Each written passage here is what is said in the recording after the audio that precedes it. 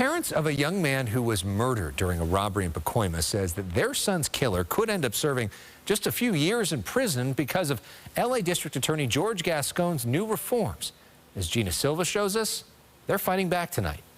Losing the child has got to be the worst thing that somebody can ever go through. It's been said a gun always kills more than the intended victim. A part of me died that day, too. Terry and Anthony Lopez are heartbroken.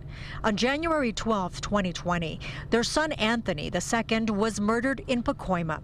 The 20-year-old was robbed by two brothers. Investigators say the shooter was 16 years old. He shot little Tony in the back and shot several other rounds before fleeing.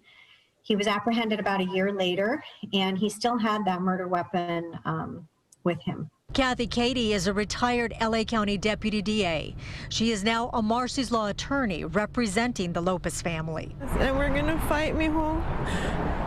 Justice for little Tony. The family has learned their son's killer could serve just a few years because of the new directives by LA County DA George Gascon. It is totally absurd that he can be out in 3 to 7 years even if he serves 9 years. 9 years to me is not enough. Gascon's new policy states that no juveniles will be tried as adults. That means defendants under the age of 18 will be released when they turn 25. Not only was the case kept in juvenile court, but also these allegations and enhancements, they were dismissed, and that's pursuant to his policy, which again is a blanket policy and does not allow for a victim to have a voice. Special circumstance of murder in the course of a robbery and a gun allegation would have been a part of this case, but not under the new DA's policies. Anthony and Terry had a Zoom meeting with Gascon. They say it didn't go well. We tried to let him know our situation, that it's not just a blanket policy. Each case is individual. Please look at, our cases as individual cases. This is a murder. It's not just a robbery. Never really answered.